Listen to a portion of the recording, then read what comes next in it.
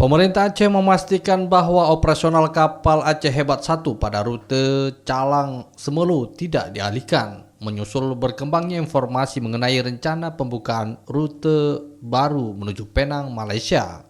Hal ini ditegaskan juru bicara pemerintah Aceh Muhammad MTA dalam keterangan resminya kepada RRI Kamis sore. Menurutnya, Gubernur Aceh sebelumnya telah menyampaikan rencana membuka rute pelayaran internasional Kurung Kukuh Penang sebagai salah satu upaya meningkatkan konektivitas regional. Pada tahap awal, pemerintah berencana melakukan pengadaan kapal baru. Namun karena kondisi fiskal yang terbatas, opsi yang saat ini dinilai paling strategis adalah menambah jadwal layar kapal Aceh Hebat 1 untuk melayani rute tambahan tersebut. Artinya bukan memindahkan seluruh operasional dari rute Calang Semelu ke Kurung Kukuh Penang. Rute Calang Semelu tetap berjalan normal seperti biasa. Penambahan rute justru memperluas layanan Aceh Hebat 1, bukan menggantikan, jelas Muhammad MTA.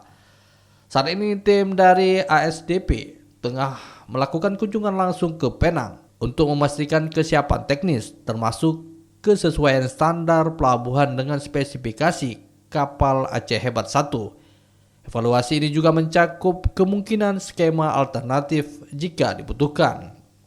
Ia juga menyebutkan jajaran terkait sedang bekerja untuk mewujudkan arahan gubernur. Program ini diharapkan memberi dampak positif bagi masyarakat dan pelaku usaha. Ia juga menambahkan bahwa hasil perkembangan kunjungan dan kajian teknis akan segera dilaporkan kepada gubernur. Setiap informasi baru terkait progres rute Kurung Kukuh Penang akan disampaikan kepada media dan publik secepatnya.